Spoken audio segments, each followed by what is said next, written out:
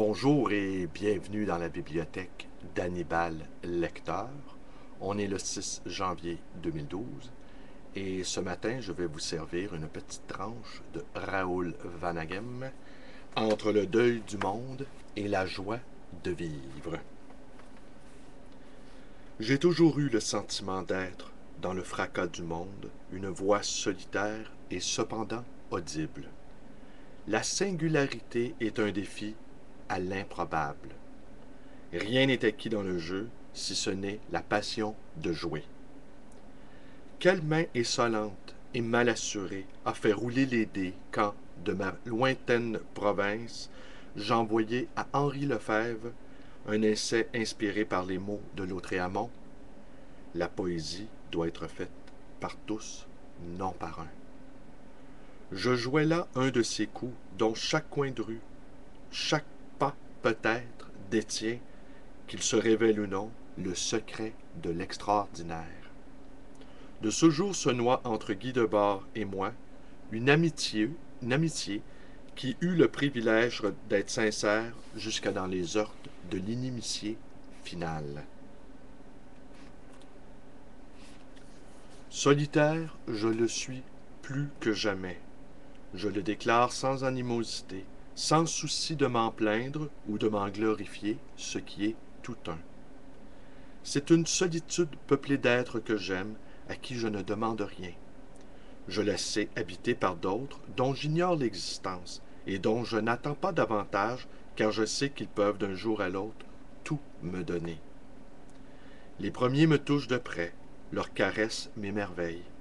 Des seconds m'échoient de temps à autre par les fissures du crible qui filtre, transvase et transforme en mensonges les nouvelles du monde, des messages attestant d'une évidente et universelle volonté d'émancipation. Outre le réconfort, j'y découvre une raison supplémentaire de ne concéder aucun gage au spectacle, et je me félicite de n'y avoir jamais dérobé. À l'endroit de ce que la machinerie médiatique grappille de ma pensée et de mes actes, j'éprouve l'indifférence de l'averse, effaçant sur un trottoir des traces de vomissures. Il est des retraites hautaines, désespérées, pathétiques, ridicules. L'idée que les récifs soient plus nombreux et plus solides que les barques qui ambitionnent de les franchir ne nous a pas arrêtés. Nous voguions à contre-courant de la veulerie existentialiste, alors colportée par les Sartre et autres Camus.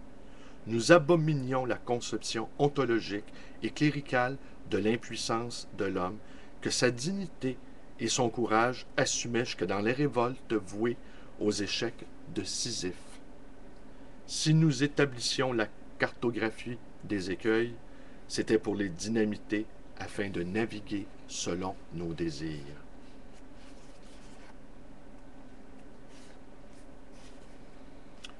Le culte des grands hommes est un culte d'esclaves.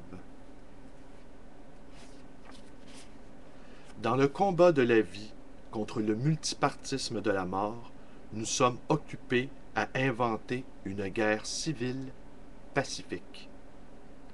Tu veux défendre l'humain et ses libertés? Apprends d'abord où se situe ton point d'équilibre, car sur la corde raide qui surplombe nos abîmes, nous n'avons d'autre assurance que le frêle balancier de la volonté de vivre. Il est cette infime totalité qui nous garde du néant. La passion de vivre a ceci de commun avec la passion amoureuse, rien n'y est acquis, rien n'y est joué, qui ne se rejoue aussitôt.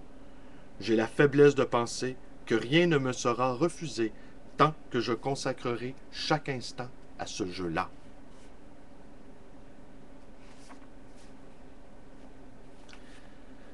C'est une imposture que d'exhorter un comportement plus humain sans créer une collectivité capable de supplanter l'emprise économique qui la vide de sa substance. Le consumérisme est une victoire à la Pyrrhus, à laquelle nous n'échapperons qu'en restaurant une base psychologique et sociale où tous nos besoins primaires soient mis au service du développement humain. L'éducation, la santé, les transports, le logement, l'agriculture, les énergies naturelles sont des services publics, non des secteurs rentables. Nous ne briserons la tyrannie marchande qu'en rétablissant la vraie vie, partout où l'économie l'opprime, l'entrave, la falsifie. La gratuité est la seule arme dont nous disposions, mais c'est une arme absolue parce qu'elle ne détruit pas. Nous sommes des millions à la posséder, très peu à en avoir conscience et moins encore à oser y recourir. Comment se faire entendre? Tout est agencé pour nous rendre sourds à l'essentiel. Commencez donc par écouter ce qui vient d'un autre monde, le vôtre. Rien n'est plus salutaire aujourd'hui que d'éradiquer la prédation, le pouvoir, l'autorité, en quelques milieux, en quelques factions, en quelques subjectivités tourmentées qu'ils sévissent. Que sont-ils, ces gouvernements gouvernés par l'argent, ces êtres figés dans le refus mercantile de la vie, parce qu'elle est sans prix? Rien. Ils ne méritent ni haine, ni amour. Ne perdez pas à les combattre une énergie que réclame le projet de vivre de façon plus intense, plus authentique, plus harmonieuse. Ignorez-les en ignorant leurs injonctions mortifères. Pratiquez une désobéissance civile qui établisse la suprématie de l'humain sur la barbarie. Si vous les dénoncez, que ce ne soit pas pour les clouer au pilori que leur reine a dressé, mais pour les dissuader de poursuivre cette œuvre de mort qu'est l'emprise de la marchandise sur la vie.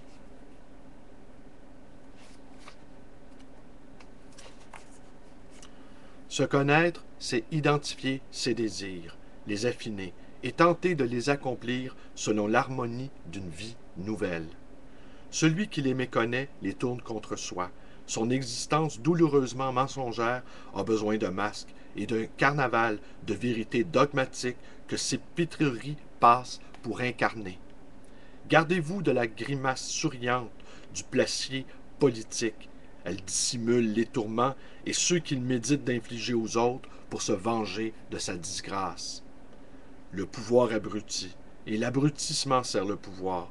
C'est par ce biais que la révolte se laisse récupérer et tue la conscience révolutionnaire.